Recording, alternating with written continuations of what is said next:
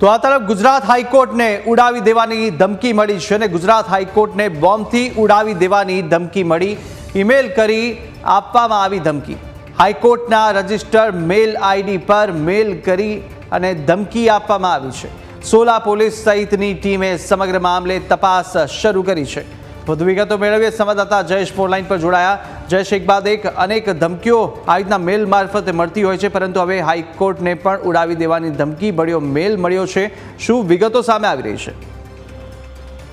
કુશાગ્ર, જે રીતે આપણે અગાઉ પણ જોયું છે કે અનેક વખત આ પ્રકારના નામની ઈમેલ દ્વારા કેટલાક લોકો છે તે આ પ્રકારની હરકત કરતા હોય છે ને તેવું હવે ગુજરાતની સૌથી જે વડી અદાલત છે ત્યાં ઘટના બની છે કે આજે સવારે એક ઈમેલથી એક ધમકી છે તે ગુજરાત હાઈકોર્ટને આપવામાં આવી હતી ને એ મેલમાં એ વાતનો ઉલ્લેખ કરવામાં આવ્યો હતો કે ગુજરાત હાઈકોર્ટમાં બોમ્બ છે તે મૂકવામાં આવ્યો છે અને ગુજરાત હાઈકોર્ટને બોમ્બથી ઉડાવી દેવામાં આવશે એ પ્રકારનો એક ઈમેલ છે તે ગુજરાત હાઈકોર્ટનું જે રજિસ્ટર મેલ આઈડી છે તેમાં કરવામાં આવ્યો હતો ને ત્યારબાદથી અમદાવાદ પોલીસના જે ઉચ્ચ અધિકારીઓ છે તે ઘટના સ્થળે પહોંચ્યા છે અને તમામ તપાસ છે તે કરવામાં આવી રહી છે। હાઈકોર્ટ ખાતે સફીન હસન સહિતના જે અધિકારીઓ છે તે હાઈકોર્ટ પહોંચ્યા છે ને આ તમામ જે ધમકી આપવામાં આવી છે તેને લઈને તપાસ કરવામાં આવી રહી છે। તો બીજી તરફ કયા મેલ આઈડી પરથી આ ધમકી આપવામાં આવી છે અને તેનું લોકેશન અને આઈપી એડ્રેસ સહિતની જે તમામ વિગતો છે તે પણ ચકાસવામાં આવી રહી છે અન્ય ટીમ દ્વારા, પરંતુ જે ધમકી આપવામાં આવી હતી તે હાલ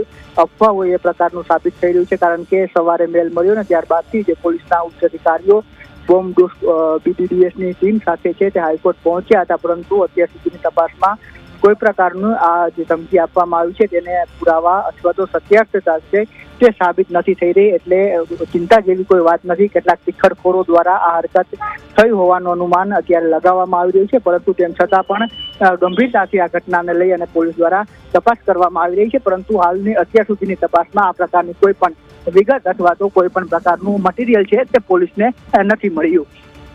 બિલકુલ જયેશ, માહિતી સાથે જોડાવા બદલ આપનો આભાર।